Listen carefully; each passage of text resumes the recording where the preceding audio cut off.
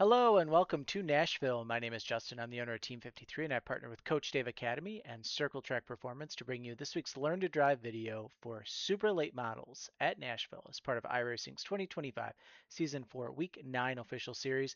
If you guys can, make sure you like and subscribe. Does a ton to help out the channel. I'm a very small time racer here in Wisconsin.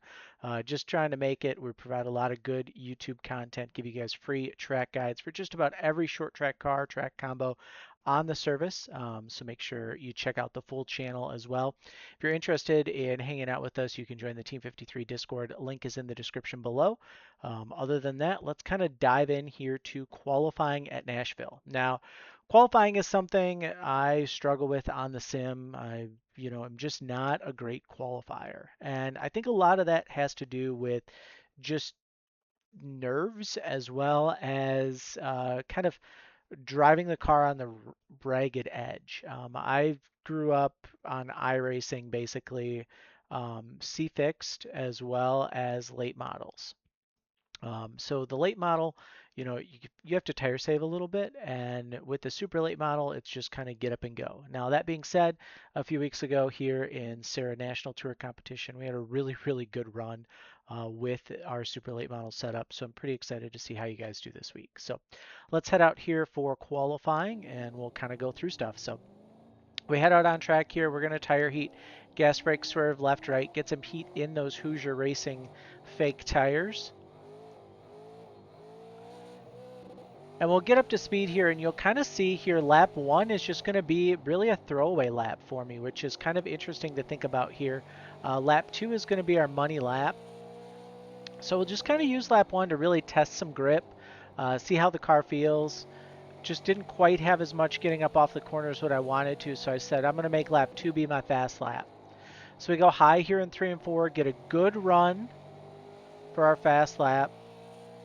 And now this is something we talk a lot about. We talked about this in the late model stock video here too. Placement of the car. You can see we're about one square off the wall there. Really kind of straddling this seam here down the front stretch right, you know, on our driver here. You can kind of see that all the way down that front stretch. And then using that to get ready here for turn one. So you can see here we're going down the straightaway. We get ready for one. As we get to these dashed lines here on this outside, that's where we're going to lift and brake. So when you're inside the car, it looks like you're right on it. You can kind of see there where it disappears behind our box there. We're going to lift and brake. We'll head into one, and then we're going to bring this car down. Now you can see here, it looks like we're over this seam, but when you look from the outside of it, we're right on it, kind of straddling it. You want to use that, hook those left side tires, let it drift up a little bit in the center, and then cut it back down and come off the corner. So you can see there drift up, flat foot up over the hump. The car's going to get really light there on exit of 2. And a lot of times we'll see guys spin out coming exit of 2 just because they get the car too light. They've got too much wheel in with the throttle and the car will spin out. So if you're struggling exit of 2 here at Nashville, look at how much steering wheel input you have with how much throttle you have there. And you can see here, as soon as I get full throttle, I try and get that steering wheel out of the car and just drive it up the track. Same thing down the backstretch. You'll straddle the seam. You can see here we show inside the car. It looks the exact same as what it did down the front stretch. Straddle that seam, bring it down here into turn 3, pitch it in, and then you're going to lift here at this last available for sponsorship billboard. When you're inside the car, what does that look like? I mean, you're a little before those. You can kind of lose the pit entry cone. Excuse me. So you kind of lose that pit entry there, but you bring it into the corner, and then we're going to pitch it in one, just like we did turn 1 here. Same thing in turn 3. Straddle that seam, wrap the car around, drive hard on exit, get a really good drive off, and that's going to get you a great lap. I was a 201, 200, those are great. If you can get down in the ones, which I'm pretty confident we could here, with a few more laps, a little more refinement, but this would be great to get us started here for the week. So let's go inside the car, presented by our friends at Overdrive Racing Oils and Lubricants. If you watched one video, you've heard me say I use AMSO in my personal car. I saw a 2 mile per gallon increase in my fuel efficiency just from switching oils, which was wild to me. So if you're looking to improve your performance, if you've got a race car, whatever it might be, head over. Link is in the description below. The more stuff you guys buy from them, the more content we can provide free here on the channel. It just frees me up to be able to do things. So here we go. Let's show you our lap.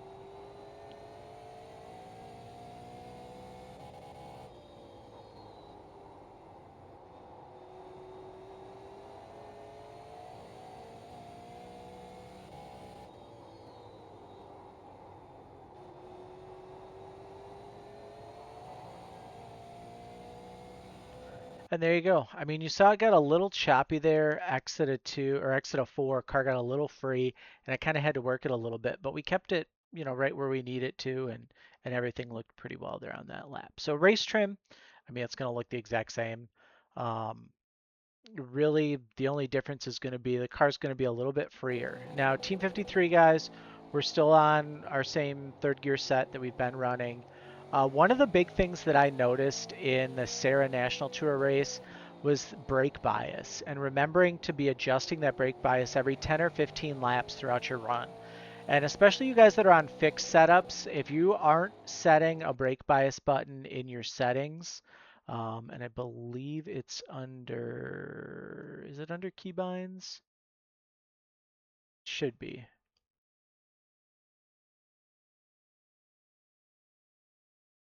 It's not.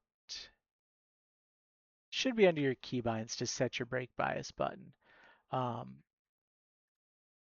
Somewhere in here, it'll be a brake bias adjustment. Don't think it's under interface. Pretty sure it's under keybinds. But that's where you would find that. And what you want to do is you want to set that just so that you can grab something quick on your steering wheel. I have a knob on my wheel that I can use, just turn it really quick and adjust my brake bias, which is super convenient for me. Some guys it's an up button, it's a down button. Some guys like to have it left hand, right hand, whatever it is, just always remember what it is. And what you'll want to do is every 10, 15 laps, you'll just decrease your brake bias. So you'll take percentage out, make that smaller. Otherwise, you can find it in your black boxes if you want to try and do that manually, but it's really difficult, especially when you're in a group of cars. But that will just help keep the car free on entry and really help you to roll it in. In open setup rooms, you can run, your standard brake bias and then just reduce it down to 46%. When you're in fixed rooms, typically it's a 3 plus or minus 3%. So what I'll tell a lot of guys do is to go all the way minus 3% in their garage and then get in the car, increase it back up 3% so that you actually have 6% that you can drop. So it's a nice little tool that a lot of people can use to help them out here at Nashville. In terms of racing, the bottom lane is definitely going to be dominant. We did see in the Sarah Super Series race or National Tour race that the line did move up in the corners throughout the run. So that's something that you guys will definitely want to watch out for there is just if the line starts to move, you'll want to move up with it. We should be geared pretty well to handle any type of lane choices and that nature. So if you guys have made it all the way through this video, about 8 minutes into it, please make sure you hit like and subscribe. It does do a lot to help out the channel.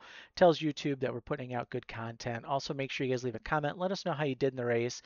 Visit all of our partners linked in the description below, and we will see you guys in the next video.